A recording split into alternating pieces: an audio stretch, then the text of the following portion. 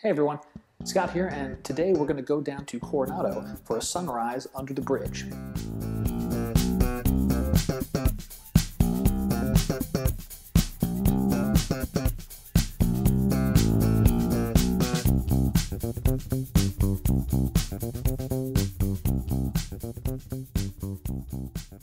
Researching where to shoot for my normal weekend outing, I looked at the weather reports, looked at when the sun was going to rise, where it was going to rise, what direction, and realized this time of year in San Diego, the sun's at an angle that it will rise and come up underneath the Coronado Bridge. It's one of the landmarks connecting San Diego downtown with Coronado Island, quote unquote. Not really an island, but we call it that for some reason.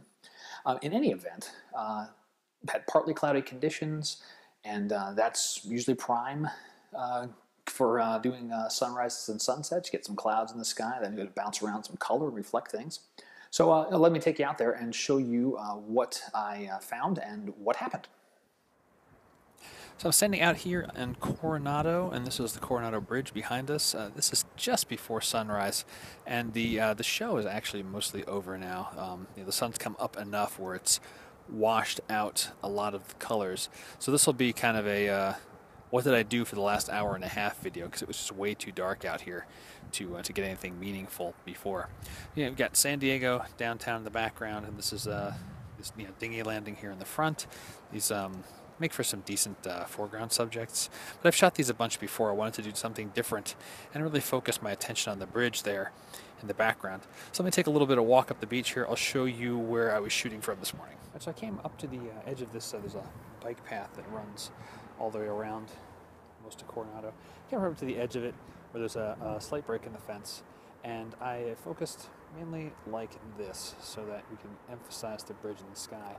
And during the morning, there were quite a number of clouds flying through, moving from right to left through the frame. They didn't light up very well. These few that are there now, they're lit nicely, but then the blues of the sky are just gone, and I didn't like what was coming out. So I did a little bit of a change up and did some shots kind of like this, focusing in just on a few of the pilings or the supports of the bridge and catching all those orange and yellow toned clouds underneath. So there's the video. Let me show you a bit on the maps of where I was standing, and I actually did some of this planning before going out to the shoot to get an idea of what I wanted to get into the frame. So I'll take you over to the computer really quick and show you a couple of maps. All right, so this is TPE, the photographer's ephemeris. Lousy name, great application. Google search TPE photography and you'll find this site. They have a bunch of different interfaces, and you can get it on your mobile device, you can get it in the web for free. But here is downtown San Diego, and this is the Coronado Bridge that connects to the main landmass of Coronado. This little park here, and at this time of year, at the end of the winter, or the year rather, in the beginnings of winter, the sun rises so that it comes up underneath the bridge and then eventually over it. So I thought that would be a good spot to go for a shot in end of November. So here in the maps, we can see a little better. So here again, see your San Diego, the Coronado Bridge, and this is the park that I went to. Let's zoom in here. You can see what's really going on. And let me switch this into the 3D mode, crank this around a little bit. Should drag that way and rotate around. So the idea was to go somewhere in this park and then use the natural curve of the bridge, and then have a big space of sky. Since I had a partly cloudy morning, that would work out pretty well. And if I zoom in, I ended up right around here at the edge of the beach. I'm just kind of tucked off the end of a bike path that zooms underneath the bridge there. So as you can see, there were a couple of factors that get in the way of your planning. That cloud layer really hung around. The clouds were really interesting that morning too. They were very, very dark. It did actually begin to rain while I was there, and so these were stormy clouds.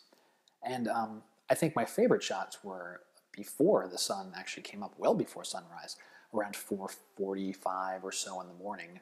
Sunrise was at 6:30.